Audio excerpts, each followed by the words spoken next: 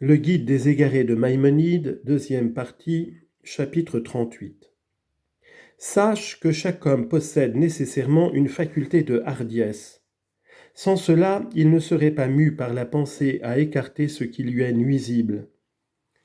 Cette faculté, selon moi, est parmi les facultés de l'âme ce que l'expulsive est parmi les facultés physiques. Cette faculté de hardiesse varie par la force et la faiblesse, comme les autres facultés, de sorte que tu retrouves tel homme qui s'avance contre le lion et tel autre qui s'enfuit devant une souris. Tel qui s'avance seul contre une armée pour la combattre et tel autre qui tremble et a peur quand une femme lui lance un cri. Il faut aussi qu'on possède dès sa formation primitive une certaine prédisposition de complexion, laquelle, avec une certaine manière de penser, s'accroîtra, de sorte que ce qui est en puissance sortira par l'effort qu'on fera pour le faire sortir, et qui, avec une autre façon de penser, diminuera par le peu d'exercice. Dès le plus jeune âge, on reconnaît dans les enfants si cette faculté est forte ou faible chez eux. De même, cette faculté de divination qu'on rencontre chez les prophètes existe dans tous les hommes, mais varie par le plus et le moins. Elle existe particulièrement pour les choses dont l'homme se préoccupe fortement et dans lesquelles il promène sa pensée. Tu devines par exemple qu'un tel a parlé ou agi de telle manière dans telle circonstance, et il en est réellement ainsi.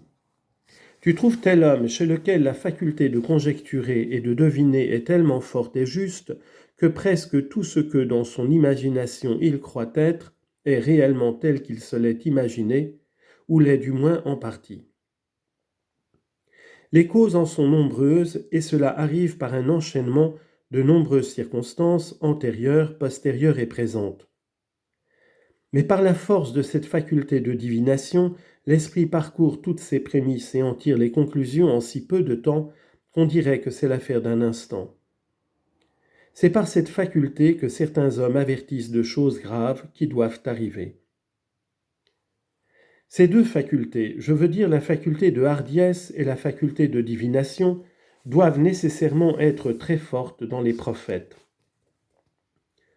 Lorsque l'intellect actif s'épanche sur eux, ces deux facultés prennent une très grande force, et tu sais jusqu'où est allé l'effet produit par là, à savoir qu'un homme isolé se présenta hardiment, avec son bâton, devant un grand roi, pour délivrer une nation de l'esclavage imposé par celui-ci, et qu'il n'éprouva ni terreur ni crainte, parce qu'il lui avait été dit par Dieu, « Car je serai avec toi ».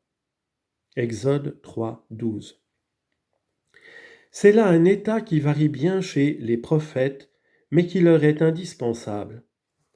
C'est ainsi qu'il fut dit à Jérémie, « N'aie pas peur d'eux, ne tremble pas devant eux, voici, j'ai fait de toi aujourd'hui une ville forte, etc. » Jérémie chapitre 1, versets 8, 17 et 18. Et à Ézéchiel il fut dit, « N'aie pas peur d'eux et ne crains point leurs paroles. » Ézéchiel 2, 6. C'est ainsi que tu les trouves tous doués d'une forte hardiesse.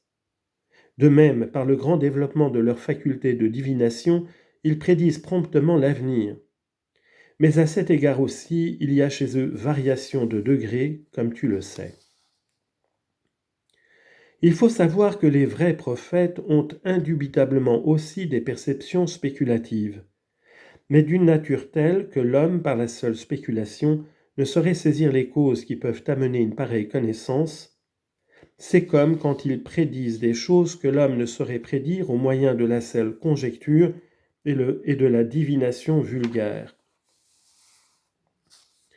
En effet, cette même inspiration qui se répand sur la faculté imaginative, de manière à la perfectionner à tel point que son action va jusqu'à prédire l'avenir, et à le percevoir comme s'il s'agissait de choses perçues par les sens, et qui fussent parvenues à cette faculté imaginative par la voie des sens, cette même inspiration, dis-je, perfectionne aussi l'action de la faculté rationnelle, à tel point qu'elle arrive par cette action à connaître l'être réel des choses, et qu'elle en possède la perception comme si elle l'avait obtenue par des propositions spéculatives.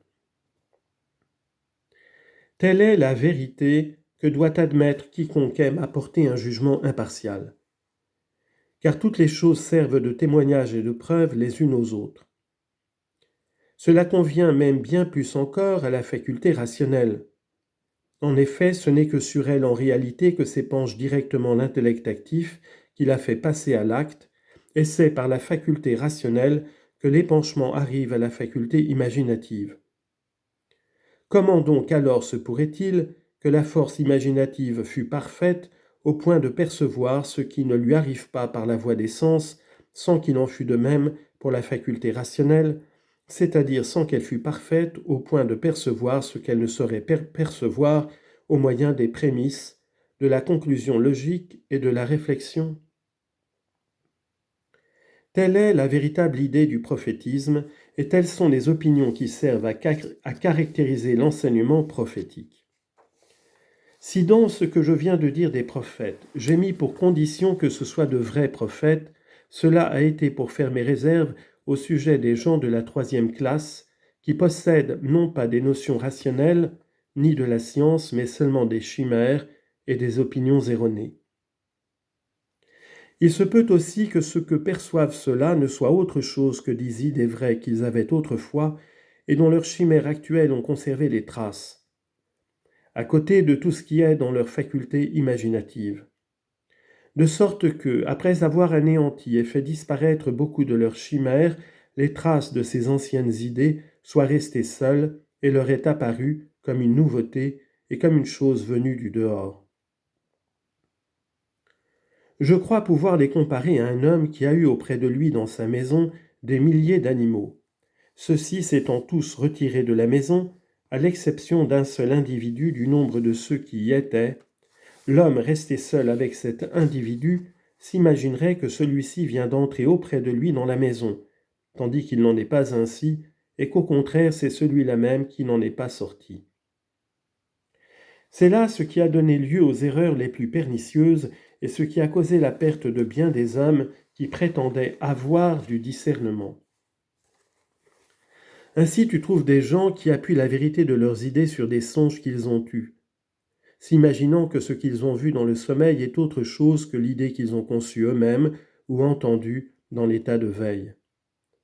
C'est pourquoi il ne faut accorder aucune attention à ceux dont la faculté rationnelle n'est point parfaite et qui ne sont pas arrivés à la plus haute perfection spéculative, car celui-là seul qui est arrivé à la perfection spéculative peut ensuite obtenir d'autres connaissances supérieures quand l'intellect divin s'épanche sur lui.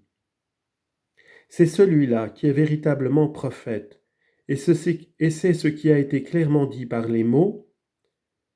Le véritable prophète est celui qui a un cœur plein de sagesse. C'est là aussi ce dont il faut se pénétrer. C'était citation du psaume 90, 12.